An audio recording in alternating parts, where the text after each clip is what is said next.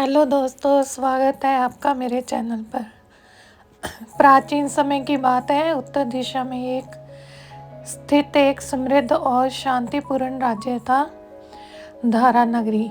यह राज्य अपनी संपन्नता, खुशहाली और न्यायप्रिय शासन के लिए प्रसिद्ध था। इस पर राजा खड़गे सिंह राज करते थे। यो न केवल एक वीर योद्धा थे, बल्कि अपनी प्रजा के प्रति भी उतने ही संवेदनशील थे। उन्होंने अपना पराक्रम से राज्य को अनेक आक्रमणों से बचाया था और हर नागरिक को न्याय प्रदान करने का संकल्प लिया था। राजा की पत्नी रानी रूपमती अपनी सुंदरता और गुणों के कारण पूरे राज्य में पूजी जाती थी।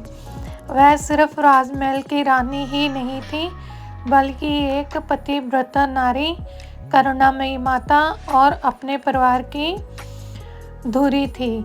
उन्होंने राजा खड़गे सिंह के साथ मिलकर राज्य की व्यवस्था को संभाला था। उनकी कोमलता और स्नेह ने पूरे महल को एक स्कंदित उपवन बना दिया था।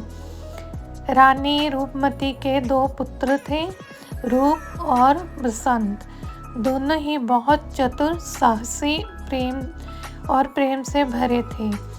बड़े भाई रूप में राजा जैसा साहस, जबकि छोटा बसंत अपनी माँ की तरह कोमल हृदय वाला था। दोनों भाइयों के बिना महल अधूरा सा लगता था। धारा नगरी की गलियों में हमेशा खुशहाली रहती थी। बाजारों में चहल पहल रहती, मंदिरों में भजन गूंजते, खेतों में हरियाली लहलहाती और महल के बगीचे में फूलों की महक फैली रहती। हर और आनंद ही आनंद था। लेकिन ये सुखद वातावरण बहुत अधिक समय तक टिक नहीं पाया। एक दिन रानी रूपमती अचानक बीमार पड़ गई। पहले तो किसी ने ध्यान नहीं दिया, लेकिन धीरे धीरे उनकी तबीयत बिगड़ती चली गई। राजा ने तत्काल राज्य भर से वैद्यों को बुलाया। महल में चारों ओर हवन पूजन होने लगे। दुर्लभ जड़ी बूटियों से औषधियाँ बनाई गई, लेकिन कोई भी उपचार कारगर नहीं हुआ। दिन पर दिन रानी की हालत बिगड़ती जा रही थी।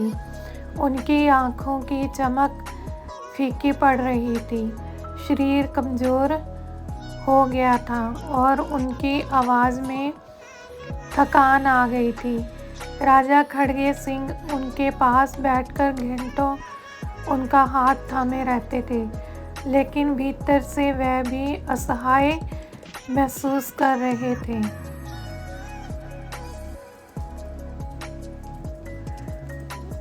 रूप और बसंत अपनी माँ की यह स्थिति देखकर व्याकुल हो उठे। रूप ने पिता से कहा, पिताजी, ये कोई उपाय नहीं जिससे माँ ठीक हो जाए। राजा ने अपनी आंखों में छुपे आंसू पोंछे और बोले, हम हर संभव प्रयास कर रहे हैं पुत्र। ईश्वर से प्रार्थना करो कि वह तुम्हारी माँ को स्वास्थ्य करे। रानी रूपमती अपने कक्ष में बिस्तर पर लेटी थी। उनकी दृष्टि महल के बगीचे में स्थित एक पेड़ पर पड़ी, जहाँ एक चिड़िया ने अपना घोंसला बनाया था। इस घोंसले में चिड़िया और उसके 2 छोटे बच्चे थे। हर सुबह चिड़ा अपने बच्चों के लिए दाना लाने जाता और चिड़िया बच्चों की देखभाल करती। यह दृश्य रानी को बहुत प्रिय था, क्योंकि वह खुद भी 2 पुत्रों की माँ थी। लेकिन एक दिन रानी ने देखा कि चिड़ा दाना लेने गया हुआ था और एक नई चिड़िया ने घोंसले पर अधिकार जमा लिया। उस नई चिड़िया ने उस 2 मासूम बच्चों को घोंसले से नीचे गिरा दिया। वह छोटे पक्षी फड़फड़ा रहे थे, उनकी चीखें गूंज रही थी, लेकिन कोई उनकी मदद के लिए नहीं आया। रानी का हृदय कांप उठा। उनके मन में एक प्रश्न उठा, अगर मैं नहीं रही तो क्या मेरे रूप और बसंत के साथ भी ऐसा ही होगा? क्या राजा किसी और रानी को ले आएंगे?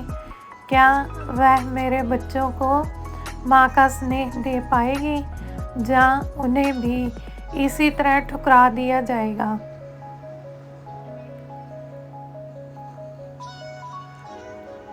यह विचार आते ही रानी की आंखों से आंसू बहने लगे। उन्होंने रूप और बसंत को अपने पास बुलाया।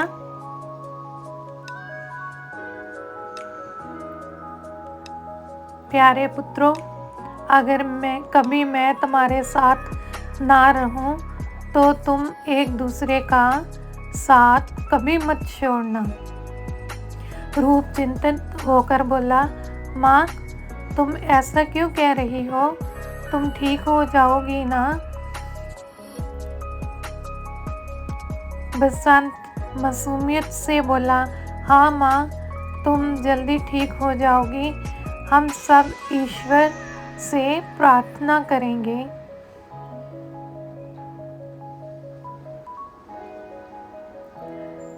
रानी ने उन्हें गले से लगा लिया और मन ही मन उनके भविष्य के लिए ईश्वर से प्रार्थना करने लगी। समय बीतता गया, लेकिन रानी की हालत सुधरने के बजाय और बिगड़ती गई। एक दिन उन्होंने राजा का हाथ थामकर कहा,